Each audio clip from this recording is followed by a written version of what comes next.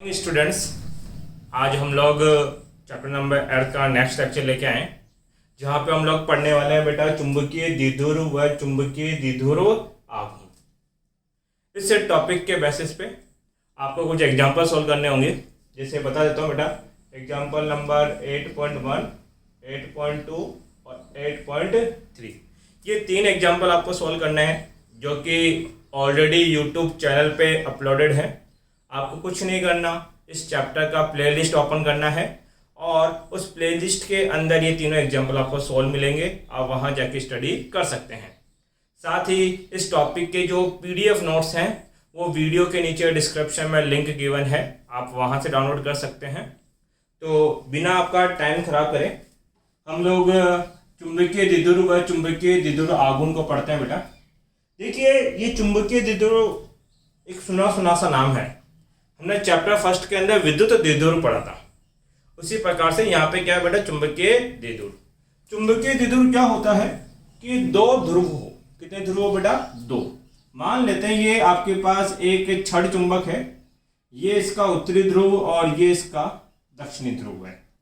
तो इन दोनों ध्रुव की ध्रुव प्रबलता होगी और आपको पता है कि अगर एक चुंबक है तो उसके दोनों ध्रुवों की ध्रुव प्रबलता समान रहती है। क्या रहती है बेटा? समान। आपने चैप्टर फर्स्ट में ये पढ़ा था कि धनात्मक आवेश और क्या होंगे? ऋणात्मक आवेश। धनात्मक आवेश से विद्युत बल रेखाएं बाहर की ओर निकलती है, जबकि ऋणात्मक आवेश में विद्युत बल रेखाएं अंदर की ओर आती है। ठीक इसी प्रकार से जो छड़ चुंबक होता है उसका एक होता है उत्तरी ध्रुव, दूसरा क्या होता है? दक्षिणी ध्रुव। उत्तरी ध्रुव से बल रेखाएं बाहर से निकलती है और दक्षिण में क्या करती है बेटा? एंटर करती है। तो जिससे बल रेखाएं बाहर की ओर निकल रही है वो तो धनात्मक आवेश की तरह व्यवहार करेगा, और जिसमें चुंबकीय बल रेखाएं लंबवत अंदर की ओर आ रही है वो ऋणात्मक आवेश की तरह व्यवहार करेगा। अब इनको तो धनात्मक और ऋणात्मक नहीं बना सकता मैं, इसलिए मैंने क्या किया बेटा, इनकी ध्रुव प्रबलता को धनात्मक और ऋणात्मक डिक्लेयर कर दिया। अर्थात इसकी ध्रुव प्रबलता धनात्मक होगी और इसकी क्या होगी बेटा? ऋणात्मक आपके पास। ध्यान दे बेटा यहाँ पे, तो ये तो +m हो गया, ये कितना बनेगा? -m। अब आपने चैप्टर फर्स्ट में विद्युत द्विध्रुव की परिभाषा क्या दी थी? सर एक होता है +q, दूसरा होता है -q और उनके मध्य की एक अत्यल्प दूरी कितनी होती है? 2a। तो इस प्रकार की जो व्यवस्था बनती है, इस व्यवस्था को क्या बोला जाता है बेटा? विद्युत द्विध्रुव आघूर्ण। यहाँ पे क्या कहेंगे हम लोग? एक धनात्मक ध्रुव प्रबलता है और एक क्या? ऋणात्मक ध्रुव प्रबलता, और इनके मध्य की प्रभावकारी लंबाई कितनी है बेटा? 2l। तो ये जो व्यवस्था बनी, ये व्यवस्था क्या कहलाती है बेटा? चुंबकीय द्विध्रुव। क्या कहलाती है? चुंबकीय द्विध्रुव।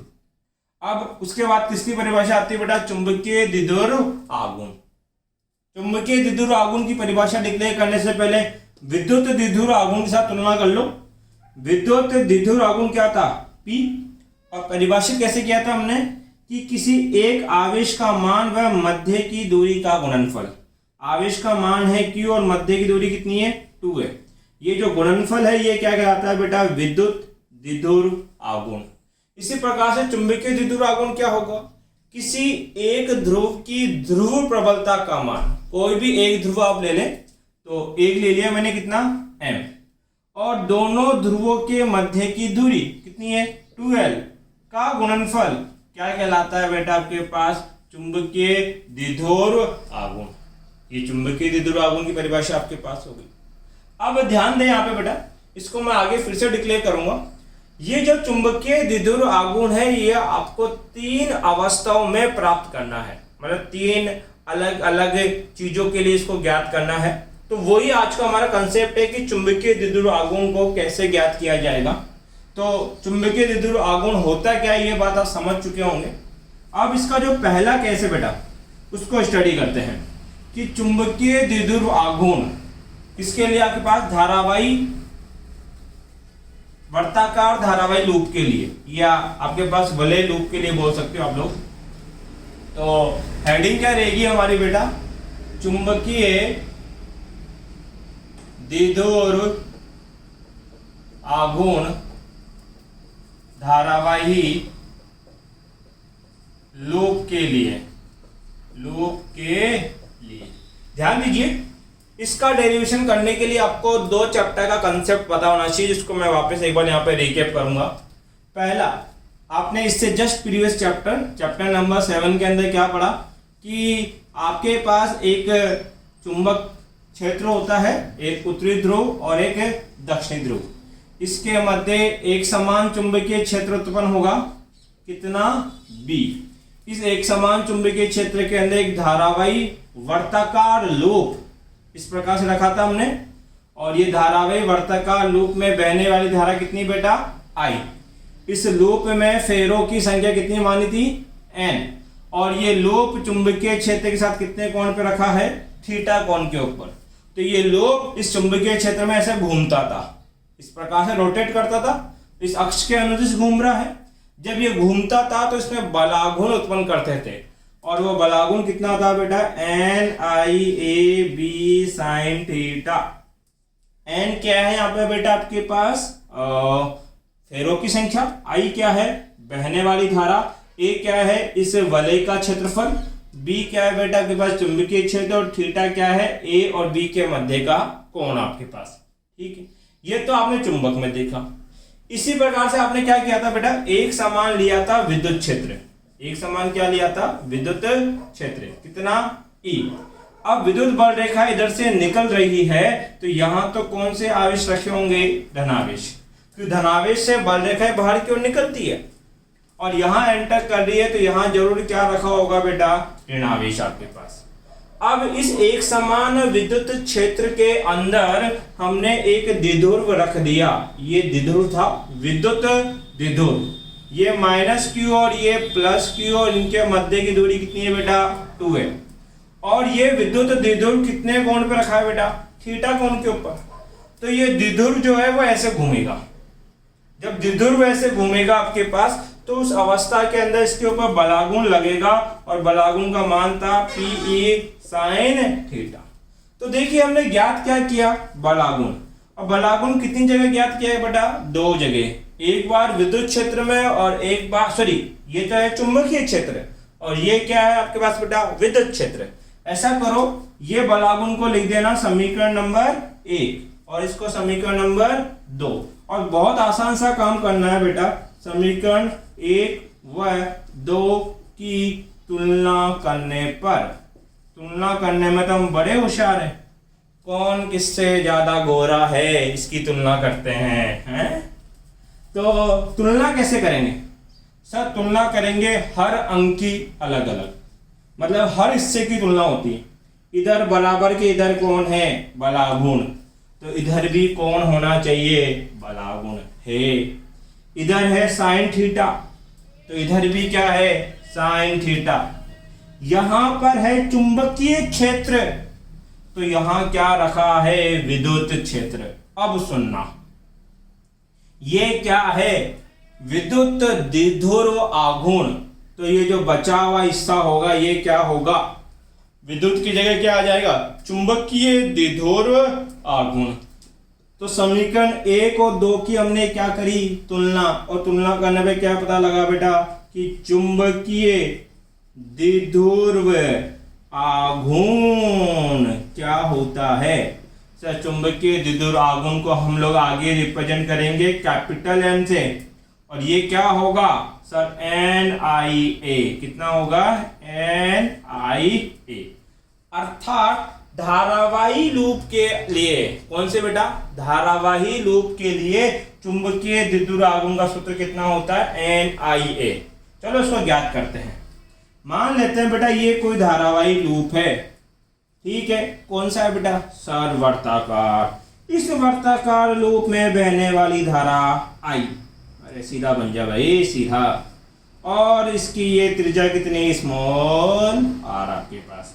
अब हमने बोला कि इसमें I धारा बह रही है, त्रिज्या r है, और ये I धारा n फेरों में बैठती है, या कई बार बोल देगा फेरों की संख्या कितनी, मान लो 1। अब बोला गया कि इस धारावाही लूप का चुंबकीय द्विध्रुव आघूर्ण ज्ञात करो।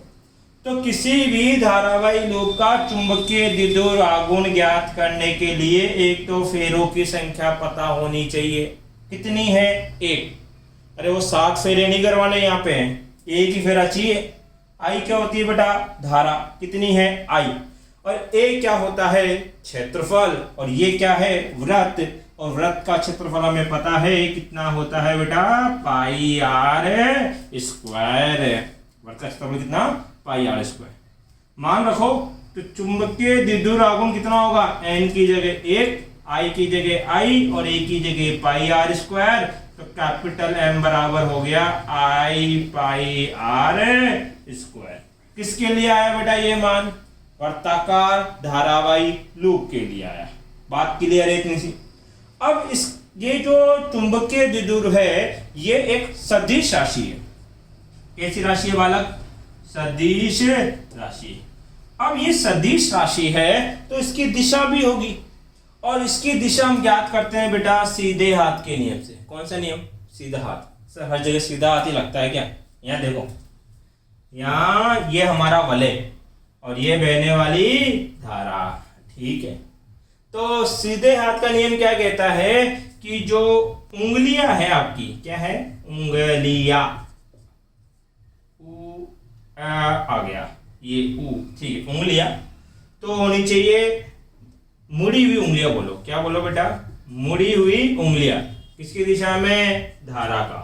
तो जो अंगूठा होगा, ये अंगूठा दिखा देना किसी को, जो अंगूठा होगा वो होगा बेटा चुंबकीय बलाघूर्ण ना, छी चुंबकीय द्विध्रुव आघूर्ण, चुंबकीय द्विध्रुव आघूर्ण की दिशा को बताएगा। देखो कितना आसान है।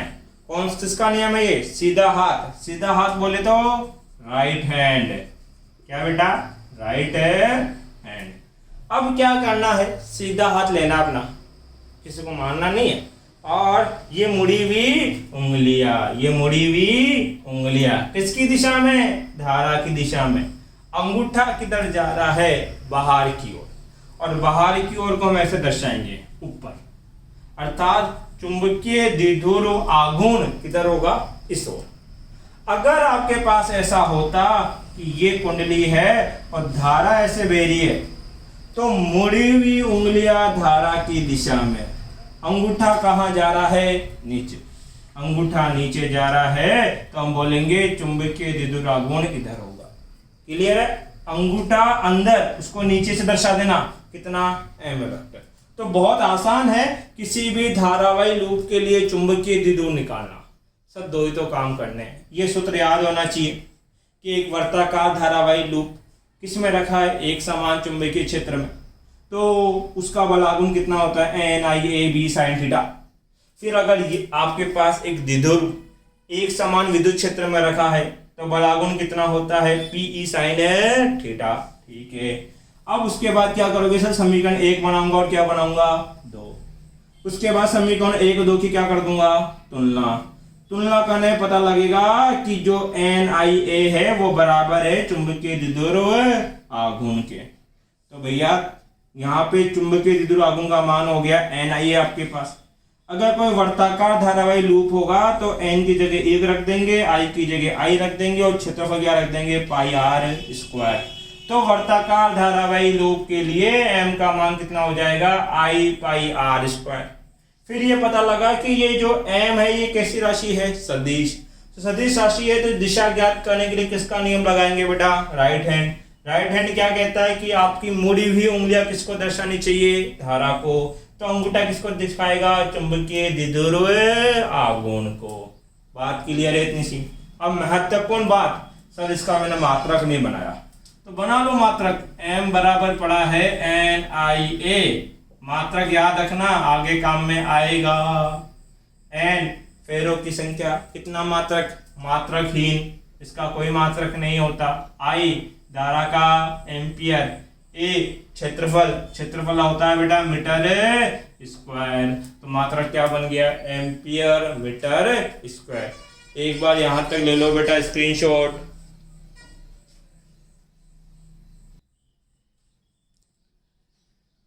ले लिया स्क्रीनशॉट, मिटा दो इसको। चलो बेटा याद रखना m इक्वल टू कितना होता है, एन आई ए। अभी वापस मैं इसको काम में लूंगा इसके लिए।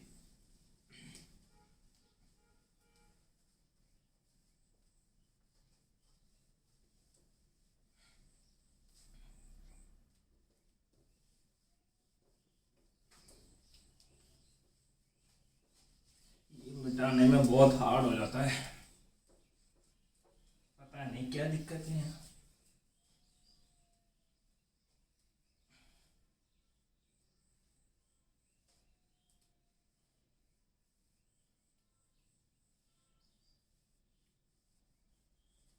चलो ध्यान दो, अगला याद करना है बेटा हमें।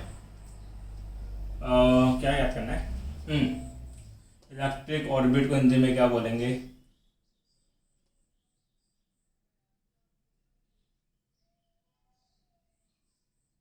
कक्षा। इलेक्ट्रॉन के कक्षा में गति के कारण चुंबकीय द्विध्रुव आघूर्ण ज्ञात क्या करना है बेटा? चुंबकीय द्विध्रुव आघूर्ण ज्ञात करना है, लेकिन किस अवस्था में ज्ञात करना है? जब कोई इलेक्ट्रॉन उसकी कक्षा में क्या कर रहा हो? गति कर रहा हो। इसके लिए क्या करें कि हमने एक ले लिया नाभिक। क्या ले लिया बेटा? नाभिक। और नाभिक के चारों तरफ भी इसकी प्यारी सी कक्षा है, ठीक है। इस प्यारी सी कक्षा में ये इलेक्ट्रॉन चक्कर लगा रहा है। अब कितने इलेक्ट्रॉन है वो मुझे पता नहीं है, तो मैं मान लेता हूं यहाँ पे इलेक्ट्रॉनों की संख्या कितनी है बेटा? n। तो कुल कितने इलेक्ट्रॉन चक्कर लगा रहे हैं बेटा? n e इलेक्ट्रॉन चक्कर लगा रहे हैं। और ये कितने वेग से चक्कर लगा रहे हैं? v वेग से। इसकी त्रिज्या कितनी है बेटा आपके पास? r है, त्रिज्या r है। अब आपसे पूछा गया कि अगर ये इलेक्ट्रॉन चक्कर लगाएगा तो इस इलेक्ट्रॉन का चुंबकीय द्विध्रुव आघूर्ण कितना होगा, ठीक है। तो वो चुंबकीय द्विध्रुव आघूर्ण हम कैसे ज्ञात करेंगे उस पर ध्यान दें आप लोग। सबसे पहले ये बात करें कि चुंबकीय द्विध्रुव आघूर्ण उत्पन्न क्यों होगा, क्योंकि हमने चुंबकीय द्विध्रुव आघूर्ण का एक सूत्र पढ़ा है कि m बराबर होता है NIA। चुंबकीय द्विध्रुव आघूर्ण तो वहां उत्पन्न होता है जहां कुछ धारा हो, कुछ क्या हो? क्षेत्रफल। तो सर ये इलेक्ट्रॉन वर्ताकार पथ पर घूम रहा है, तो वृत्त का क्षेत्रफल तो कितना होता है? पाई आर स्क्वायर, मतलब कि ए तो है। अब धारा कहाँ है यहाँ? तो धारा की परिभाषा याद करो। धारा क्या थी? आवेशों के प्रवाह की दर क्या कहलाती है? धारा। अब प्रवाह की दर को दूसरा शब्द दो, आवेशों की गति क्या कहलाती है? धारा। अर्थात आवेश गति करे, कैसे भी करे, सीधी रेखा में करे, वर्ताकार करे, जिगजैग करे, ऊपर नीचे गति करे, उसकी मर्जी हो जैसे गति करे, लेकिन वो क्या बनाएगा बेटा? धारा बनाएगा। अब इसके अकॉर्डिंग हम बोल सकते हैं कि आवेश का मतलब कौन? इलेक्ट्रॉन। अरे Q बराबर पढ़ा है ना, कितना होता है? Ne। पहले चैप्टर में आवेशों के क्वांटीकरण का नियम, Q बराबर कितना? Ne। तो ये Ne क्या है? आवेश है। और ये आवेश क्या कर रहे हैं? गति करेंगे तो ये क्या बनाएंगे? धारा। और धारा होगी तो वहां पे चुंबकीय द्विध्रुव आघूर्ण भी होगा ही होगा। अब जो बात हमें याद रखनी है वो क्या है? ध्यान दो इधर। सर अगर m निकालना है तो n पता होना चाहिए, i पता होना चाहिए और a पता होना चाहिए। यहां n बराबर कितना मान लेना? 1, कि एक फेरे में कितना चुंबकीय द्विध्रुव आघूर्ण उत्पन्न हो रहा है वो हम ज्ञात कर रहे हैं। अब a तो बहुत आसान है सर, वृत्त है, वृत्त की त्रिज्या दे रखी है, तो क्षेत्रफल कितना हो जाएगा? पाई आर स्क्वायर। अब जो बात निकालने लायक है वो है धारा। सर धारा I बराबर होता है Q बट्टा T, आवेश बट्टा समय, क्या कहलाती है? विद्युत है धारा। सर आवेश का मान तो अभी पता है हमें, कितना होता है? Ne बट्टे में क्या? T। अब महत्वपूर्ण बात यह है कि T निकालो। T कैसे निकालो? सर जी हमने एक सूत्र पढ़ा है, क्या पढ़ा है? वेग क्या होता है? सर दूरी होती है, और सर क्या होता है? समय होता है। क्या होता है? समय। तो क्या वेग दे रखा है आपको? हाँ, कितने वेग से गति कर रहा है? v वेग से। सर दूरी, सर जी अगर इसने एक चक्कर लगाया तो एक परिधि पे घूमा, एक चक्कर में कितनी परिधि कवर करेगा? एक। तो हम तो एक ही चक्कर की बात कर रहे हैं, तो इसका मतलब वो कितनी दूरी तय करेगा? सर 2 पाई r दूरी तय करेगा। और समय कितना देगा? t। तो तो यहां से हम लिख सकते हैं t बराबर कितना 2 पाई r बट्टे में क्या v। इस t का मान यहां रख दो तो ये हो जाएगा n e t की जगह रखोगे 2 पाई r बट्टे की संख्या ऊपर, तो n e v अपॉन 2 पाई r किसका मान आ गया, धारा का मान। अब देखो हमें क्या ज्ञात करना है, चुंबकीय द्विध्रुव आघूर्ण। तो m बराबर होता है n की जगह 1, I की जगह n e v बट्टे में 2 पाई r गुणा क्षेत्रफल a की जगह पाई r स्क्वायर, पाई से पाई कट गया, एक r से एक r काट दिया, तो m बराबर कितना आया n e v r बट्टे में 2। अब ध्यान दो, आपका एक एग्जाम्पल है जिसमें उसने बोला कि हाइड्रोजन का एटम है, उसके लिए चुंबकीय द्विध्रुव आघूर्ण ज्ञात करो। किसका एटम, हाइड्रोजन। अब हाइड्रोजन भैया हैं तो हाइड्रोजन भैया के पास कितने इलेक्ट्रॉन होंगे, एक, अर्थात इसमें स्मॉल n का मान कितना रख दोगे, एक। तो हाइड्रोजन के लिए आपका सूत्र क्या बन जाएगा, EVR बट्टे में 2। अब यहां से एक बात तो सीख के जाओ कि इलेक्ट्रॉन जिस दिशा में गति करते हैं धारा उसके क्या होती है, विपरीत। इलेक्ट्रॉन इधर जा रहा है तो धारा की दिशा ये होगी, और धारा की दिशा पता है तो चुंबकीय द्विध्रुव आघूर्ण की दिशा बता सकते हो। सर कैसे, धारा जिधर है उधर उंगलियां फेरो, उंगलियां फेर दी, अंगूठा कहां जा रहा है, अंदर, अर्थात इसका चुंबकीय द्विध्रुव आघूर्ण होगा नीचे की ओर। और अगर मान लो ये नाभिक होता और ये आपके पास क्या होती बेटा, कक्षा, और ये इलेक्ट्रॉन इधर गति कर रहा होता, इलेक्ट्रॉन इधर है तो धारा इसके विपरीत, धारा इधर जाएगी, और धारा ऐसे जा रही है तो अंगूठा किधर आ रहा है, बाहर की ओर, अंगूठा बाहर की ओर है तो हम बोलेंगे चुंबकीय द्विध्रुव आघूर्ण किधर दिखाएंगे, ऊपर की ओर। तो यहां थोड़ा ध्यान रखना कि कई बार क्या करता है बच्चा, इलेक्ट्रॉन के वेग के अनुसार चुंबकीय द्विध्रुव आघूर्ण की दिशा बता देता है, जबकि ऐसा नहीं होगा, वो उसके क्या रहेगी बेटा, विपरीत। तो ये इतना सा छोटा सा एक कंसेप्ट है, कॉपी मारो इसको फटाफट।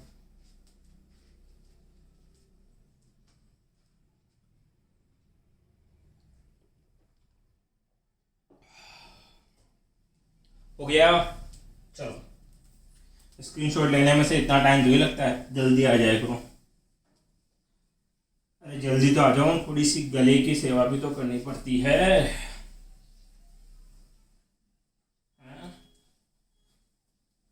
अगला केस ध्यान देना, उसमें मजे आएंगे। सर मजे कैसे आएंगे, पबजी खिलाओगे क्या, छी छी, पबजी तो बैन हो गया। मेरा भी बड़ा दिल दुखा जब मेरा पबजी बैन हुआ, अब क्या करें घर बैठे बैठे।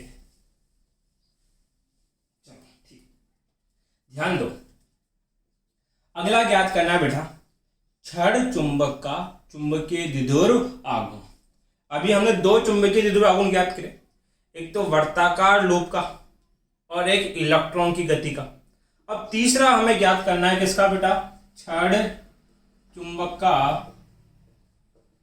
का चुंबकीय द्विध्रुव आघूर्ण।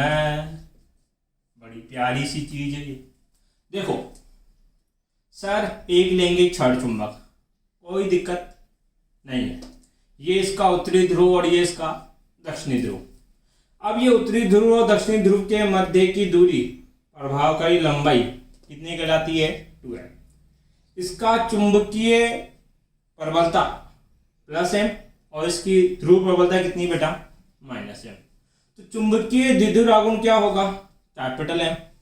परिभाषा क्या थी, किसी एक ध्रुव की ध्रुव प्रबलता, चाहे इसकी ले लो चाहे इसकी, केवल परिमाण लेना है, इसलिए हम इसके प्लस और माइनस साइन कंसिडर नहीं करते।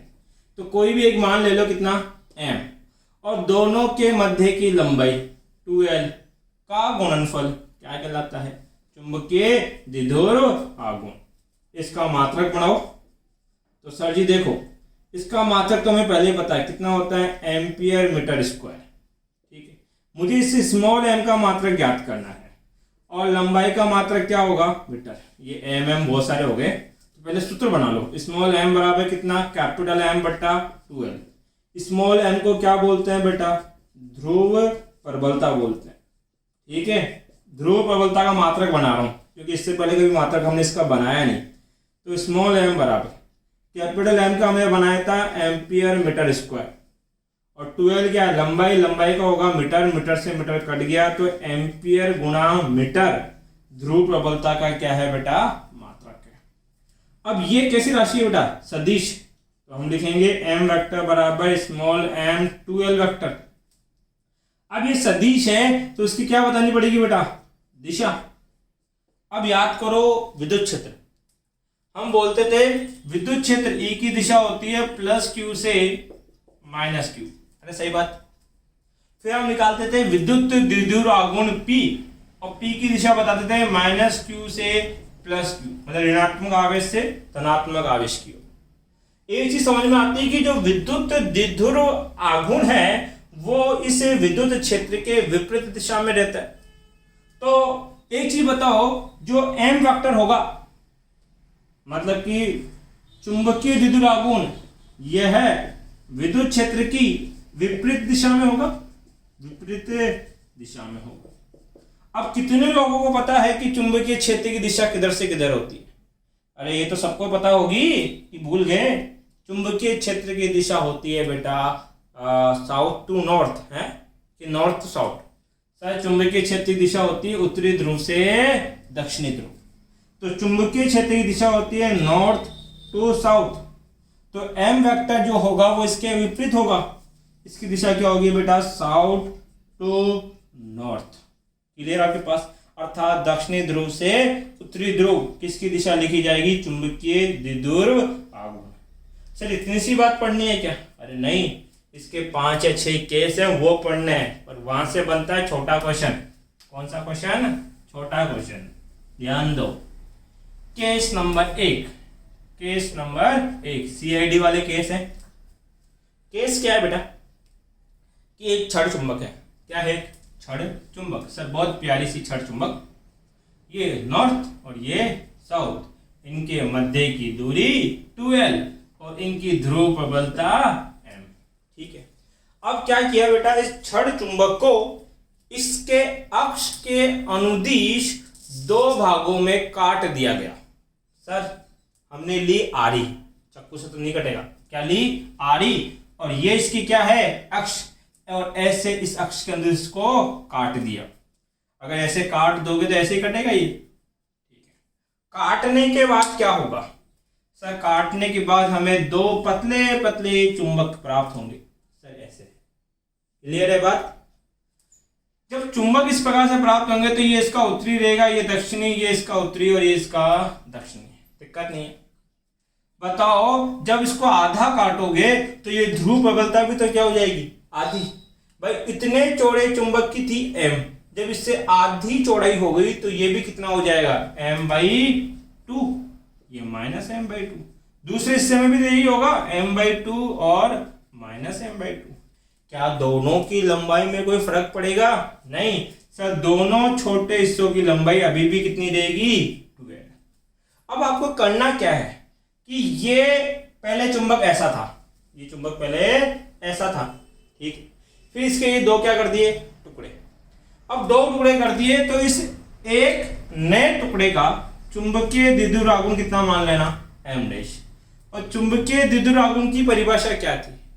सर चुंबकीय द्विध्रुव आघूर्ण की परिभाषा होती है एक ध्रुव की ध्रुव प्रबलता ले लो।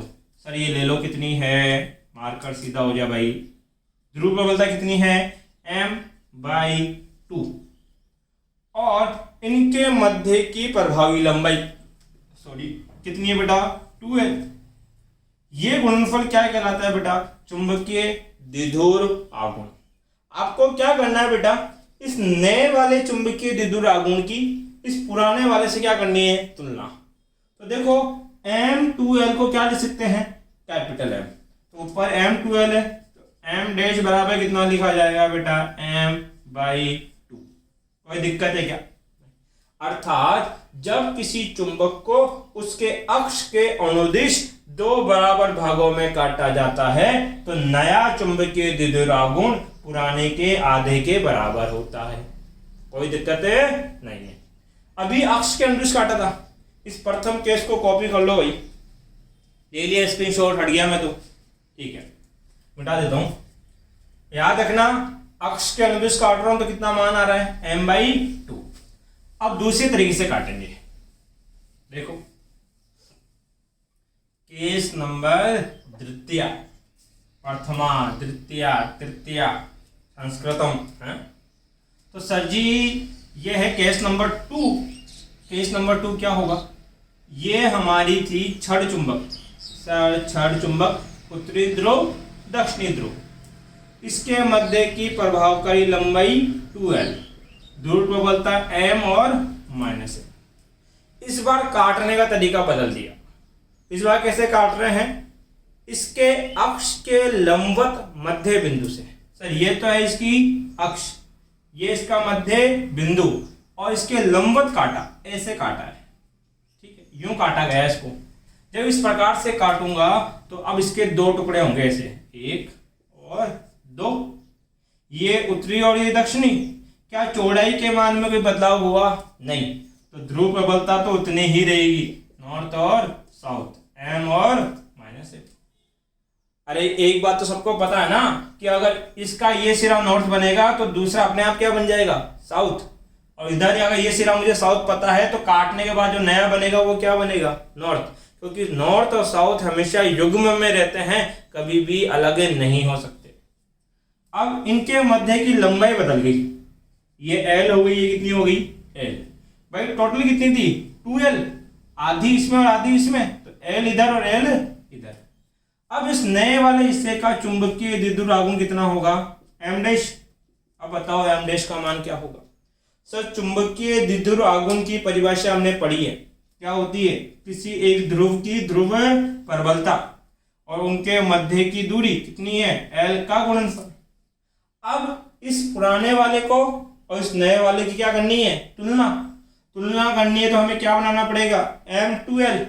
इसके लिए क्या किया, इस राशि को 2 से गुणा, 2 से भाग, तो बताओ m' कितना, ऊपर बन गया m2l, जिसको क्या लिख सकते हैं बेटा, कैपिटल M बट्टे में 2।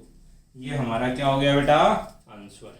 अर्थात किसी भी छड़ चुंबक को उसके अक्ष के अनुदिश काटो या अक्ष के लंबवत काटो, दोनों ही अवस्था में जो नया चुंबकीय द्विध्रुव आघूर्ण आएगा m', वो पुराने वाले के आधे के क्या होगा बेटा, बराबर। दूसरे केस का भी फटाफट से स्क्रीनशॉट ले लो भाई, ले लिया क्या स्क्रीनशॉट। फिर केस नंबर 3 पढ़ाऊं, देखो अब काटने का काम बहुत कर लिया, अब इसको मोड़ने का काम करते हैं। मोड़ने का मतलब क्या सर, केस नंबर 3 अभी आएगा समझ में, रुको, थावस खाओ थावस। देखो ये एक छड़ चुंबक है, इतनी बड़ी। अब क्या किया, इस छड़ चुंबक को दोनों सिरों को यूं घुमा दिया और यू आकृति दे दी। तो ये यू आकृति दोगे तो अब ये छड़ चुंबक कुछ ऐसे दिखेगी, ठीक है। इस छड़ चुंबक को क्या दे दिया मैंने, यू आकृति। क्या यू आकृति देने से इनकी इन चौड़ाई के मान में कोई परिवर्तन होगा, सर नहीं होगा। तो ध्रुव प्रबलता कितनी रहेगी अभी भी, m।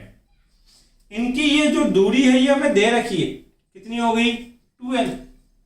अब अगर आपने इसको यू आकृति दी, यू आकृति का मतलब वर्ताकार रूप दे दिया, तो इस वृत्त की एक क्या होगी, त्रिज्या जो कितनी मान ली r।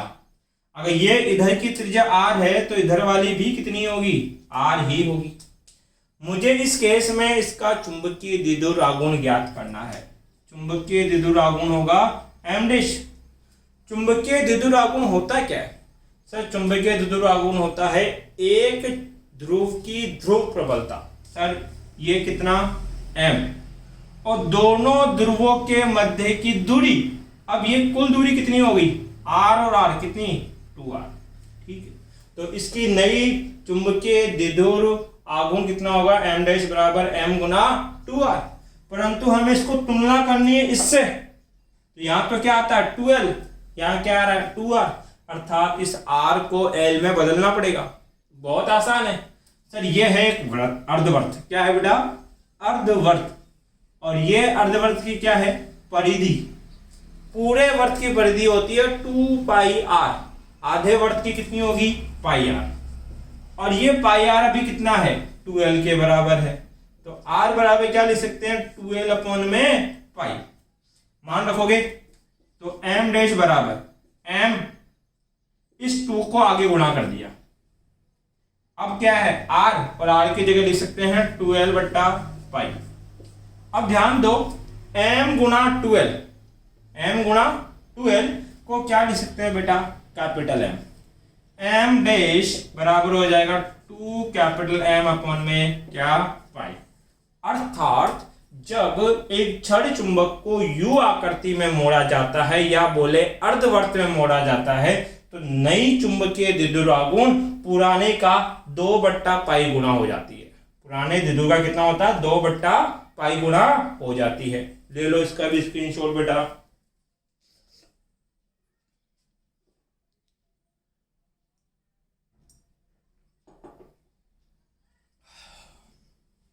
ले लिया, अगला देखो, केस नंबर 4। अभी कैसे मोड़ा था, यू में। अब बेटा इसको मोड़ने वाले हैं एल आकृति में। कैसे, एल। देखो ये छड़ चुंबक ऐसे बनी, ठीक है, ये पूरी चुंबक है, इसका एक सिरा ऐसे ऊपर मोड़ दूंगा तो आकृति कैसे बन जाएगी बेटा, एल। तो अब ये ऐसे दिखेगा आपको। एल आकृति में मोड़ने से क्या क्या बदलेगा, क्या इस चौड़ाई के मान में कोई परिवर्तन होगा, नहीं, ये नॉर्थ डी क्या रहेगा, साउथ। इसकी ध्रुव प्रबलता m, इसकी कितनी, -m। अब ये कुल लंबाई यहां से ऐसे कितनी थी, 2l, और 20 से मोड़ दिया तो ये हो गई l, और ये भी कितनी हो गई बेटा, l। मुझे इस लंबाई की आवश्यकता पड़ेगी, तो क्या ये एक समकोण त्रिभुज दिख रहा है क्या, यस। इस समकोण त्रिभुज का जो आपके पास क्या बोलते हैं इसको, कर्ण, हाइपोटेनियस। कर्ण क्या होता है सर, कर्ण होता है अंडर रूट आधार का स्क्वायर प्लस लंब का स्क्वायर। तो अंडर रूट तो लगा दिया, आधार का स्क्वायर प्लस लंब का स्क्वायर, अंडर रूट ऑफ क्या हो जाएगा, 2l स्क्वायर, जिसको क्या लिख सकते हैं, l को रूट से बाहर निकाल लो, l रूट 2। दिक्कत है क्या कोई, नहीं। अब बताओ चुंबकीय द्विध्रुव आघूर्ण क्या होता है, परिभाषा याद हो गई होगी अब तक तो, कि किसी भी एक ध्रुव की ध्रुव प्रबलता, चाहे इसकी लो चाहे से इसकी ले लो, और दोनों के मध्य की सीधी दूरी, ये दूरी कितनी है, l रूट 2। अब हमें इसको तुलना करनी है इसके साथ, तो ऊपर क्या बनाना पड़ेगा, 2, रूट 2 तो है, रूट 2 को 2 बनाने के लिए क्या करना पड़ेगा बेटा, एक रूट से गुणा कर लो, एक रूट से क्या कर दो, भाग। तो m डैश कितना हो जाएगा, m रूट 2 गुणा रूट 2, 2l बट्टे में क्या, रूट 2। m गुणा 2l को क्या लिख सकते हैं बेटा, कैपिटल M। तो m डैश बराबर हो जाएगा कैपिटल M बट्टे में रूट 2। बताओ इसमें कोई दिक्कत है क्या, आप क्या बोलोगे, जब एक छड़ चुंबक को L आकृति के रूप में मोड़ दिया जाता है तो जो नई चुंबकीय द्विध्रुव आघूर्ण होगा वो पुराने का 1/√2 भाग होगा। कितना होगा, 1/√2 भाग। इसका भी ले लो बेटा स्क्रीनशॉट। अगला केस करो, ये था केस नंबर 4 जो हमने एल में मोड़ा।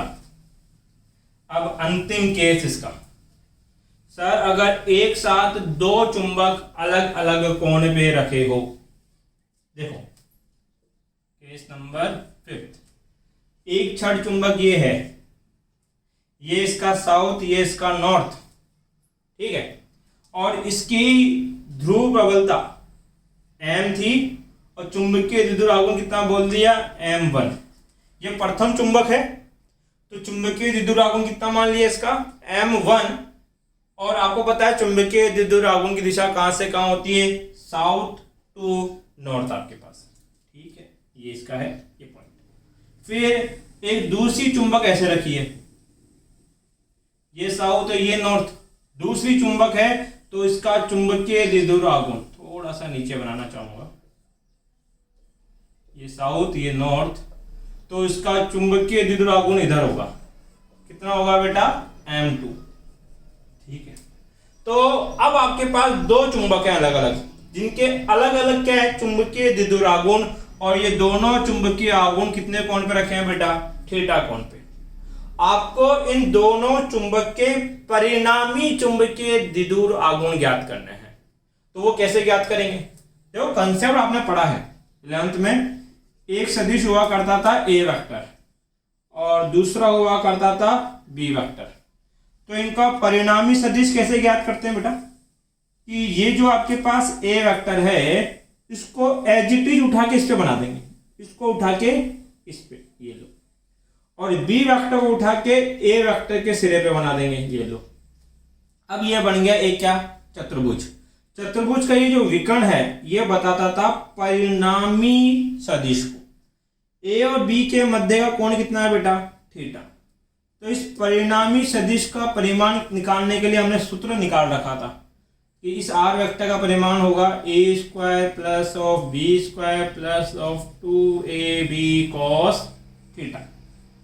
अगर साथ में आपको इस परिणामी सदिश की ए के साथ कितना कोण है वो ज्ञात करना है। ये कोण हम कितना मानते थे बेटा? अल्फा, अर्थात हमें ज्ञात करना है tan अल्फा। तो tan अल्फा के लिए सूत्र क्या दे रखा था बेटा? ए के विपरीत कोण बी, बी cos थीटा बट्टे में ए प्लस बी साइन थीटा। ये दो सूत्र हमने पढ़े थे और ये दोनों सूत्र एज इट इज काम में लेंगे। अब देखो कितने सदिश आ गए? दो। एक तो हो गया m1 वेक्टर और दूसरा हो गया m2 वेक्टर, और दोनों एक दूसरे से कितने कोण पे है? थीटा। अगर इनका परिणामी चाहिए तो इसको उठा के एज इट इज इस पे बना दो, सर बना दिया, और इन भाई साहब को उठा के यहां बना दो, सर बना दिया। अब इनका ये जो परिणामी होगा वो ऐसे होगा, साउथ नॉर्थ, और ये परिणामी कितना है? m vector. मुझे इस m वेक्टर का मान ज्ञात करना है, तो परिणामी m वेक्टर का मान क्या होगा? Under root. इस सूत्र के अनुसार निकाल सकते हैं सर। a का मतलब m1 का स्क्वायर प्लस m2 का स्क्वायर प्लस के 2m1 m2 cos थीटा। मान लेते हैं ये जो परिणामी है ये इसे m1 के साथ अल्फा कोण बनाता है, तो इस परिणामी की दिशा ज्ञात करनी है। दिशा का मतलब है ये अल्फा कोण ज्ञात करना है। तो अल्फा के लिए सूत्र बनेगा tan अल्फा। tan अल्फा बराबर क्या होगा बेटा आपके पास? ये रहा सूत्र सर, b cos थीटा, अर्थात इसके विपरीत वाला कौन? m2 cos थीटा बट्टे में m1 plus m2 sin theta. ये हमारे दो मान है। तो ये आज बेटा हमने क्या पढ़ा? आपके पास चुंबकीय द्विध्रुव आघूर्ण और उसके 3 केस पढ़े। अगर इन टॉपिक से रिलेटेड आपका कोई डाउट रहता है तो आप मेरे से कमेंट बॉक्स में पूछ सकते हैं बेटा। Thank you.